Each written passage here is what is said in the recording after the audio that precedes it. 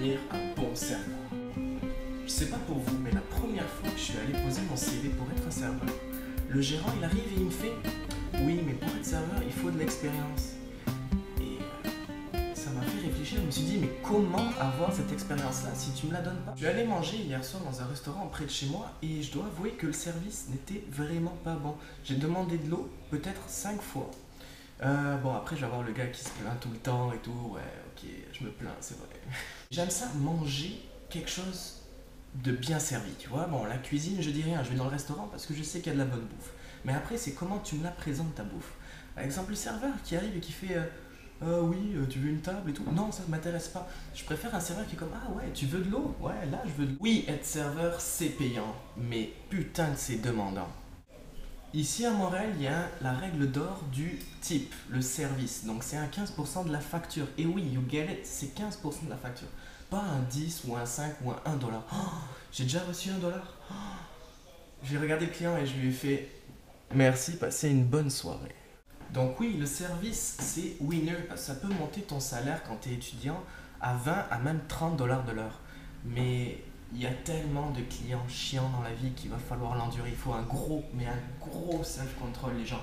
Donc j'ai envie de commencer par les côtés invisibles du restaurant. Quand tu rentres pour ton premier shift en tant que serveur, il y a ton boss et tes collègues qui font tiens, va couper du pain, tiens, va préparer la mise en place, tiens, va voir les réservations. Et oui, c'est super important parce que lors du rush, tu n'auras plus à le faire. Tu auras juste à servir tes clients et à prendre de l'argent. Puis that's it, that's all.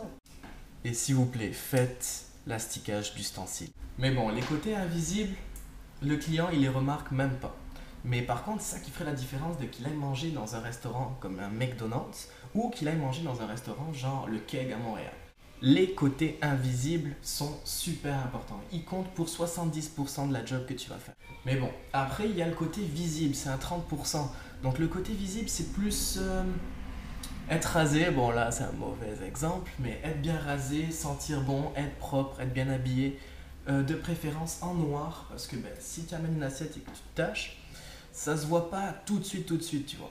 Bon, après, si ton restaurant il a 0 client, tu te fais 0 argent. Donc, choisis bien aussi ton restaurant. Donc, rendu là, on a un restaurant avec un bon service, une bonne cuisine, des clients, mais vous allez voir que le plus gros des problèmes en restauration, c'est la relation entre serveur et la cuisine. Parce que dans la cuisine, il n'y a pas que des fours, il y a aussi des gens qui y travaillent et qui passent du temps. Et je vous donne un gros props les gars dans la cuisine, vous faites la bonne job. Donc le plan de base d'un serveur, c'est t'attends que tes clients arrivent, tu prends la prise de commande, tu leur fais oui, vous allez bien aujourd'hui et tout. Oui, c'est super important, un petit peu de gentillesse. Après la prise de commande, tu fais oh tiens, tu vas dire à la cuisine, tiens, eux ils veulent un steak, des pastas, du homard, on s'en fout. La cuisine le fait, tu le donnes au client, puis that's it, that's all. Normalement, c'est réglé, ça c'est le plan. C'est simple en théorie, comment je l'explique, ça a l'air d'être du gâteau.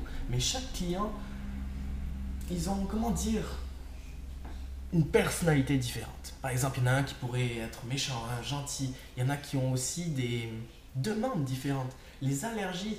Vous pouvez tuer quelqu'un qui est allergique aux arachides en lui donnant une salade, je sais pas, niçoise, où le cuisinier s'est dit tiens, je vais mettre des noix dedans. Donc oui, si ton mec, son client, il veut vraiment sa salade niçoise, avertis-le, dis-lui ouais, mais le chef aujourd'hui, il a envie de mettre des noix. Est-ce que t'aimes les noix? Est-ce que toi t'aimes les noix? Bon, s'il est vraiment allergique aux noix, essaye de le dire à la cuisine quand même. Bon, après, si ton restaurant est assez bien adapté, t'auras pas trop de blabla à faire avec la cuisine, donc ça, c'est un bon point.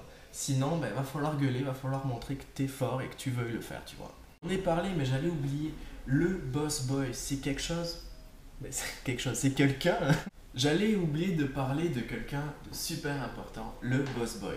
La personne qui est en recherche d'expérience, et qui n'est pas un esclave. Non, oui, je sais que tu es un serveur et tu as envie de dire à ton boss boy, tiens, va remplir de l'eau, va servir mes tables.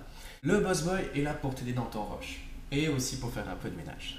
Bon, niveau études, ok, papier et tout, être serveur, ça demande pas beaucoup d'expérience, pas beaucoup d'études, sauf peut-être si tu veux travailler dans un restaurant gastronomique où il faut savoir les préséances, comment servir le vin, comment donner du pain. Mais bon, je pense pas trop que ça vous intéresse, donc je vais juste vous parler du serveur sans études. C'est un très bon moyen de se faire de l'argent lors de nos études à nous. Ceci dit, les horaires dans la restauration sont très flexibles. mais très chiant aussi. Par exemple, tu peux commencer à 11 heures le matin et finir à 3 heures, ou commencer même à 4-5 heures et finir vers les minuit. Donc, faut vraiment choisir ces moments. Ça fait de l'argent, mais c'est demain. Tu dois manger avant ou après ton service. Je sais qu'il y a des petits malins qui s'amusent à manger pendant le service, mais imagine-toi devant un client avec une grosse salade là dans les dents et tu fais « Vous voulez quelque chose à manger ?» Il va y avoir des clients qui vont s'essayer, ils vont essayer de vous traiter comme de la merde. Ne les laissez pas faire ça. Oui, vous êtes là pour rendre un service que le client paye, mais il ne se doit pas se penser supérieur. Pour éviter ce genre de situation, explique-lui bien que tu es là pour lui, mais pas pour ses exigences de maso ou je sais pas quoi. Par exemple, tu lui expliques bien le menu, tu lui donnes de l'eau, that's it. Normalement, ça va bien se passer. Et s'il vous plaît, il faut de la communication. Tu regardes ton client, tu vois si ça se passe bien, c'est bon. Tu vois ton client, tu vois que ça se passe pas bien, tu vas lui parler. Tu ne l'évites surtout pas. Sois gentil, mais lèche pas des culs quand même, parce que en gros, tu es professionnel. Tu dois pas faire ah ouais, je peux me mettre avec vous. Laisse-leur une bulle aux clients. Laisse-leur faire leur chose. Ils sont venus pour manger et pour être servis, c'est tout. Ils veulent pas se faire des amis, ou en tout cas, pas souvent. Ton menu, tu connais. Ta clientèle, tu connais. Tes boules, tu montreras si tu es une fille, mais pas trop non plus. Un gars tué, ta barbe rasée, tu as. Collègue, tu n'accuseras pas. Tu pourras hate les clients, mais juste à la fin. Surtout, merci d'avoir regardé cette vidéo. J'espère que je vais en faire une prochaine pour vous montrer autre chose. Passez une bonne journée. Ciao!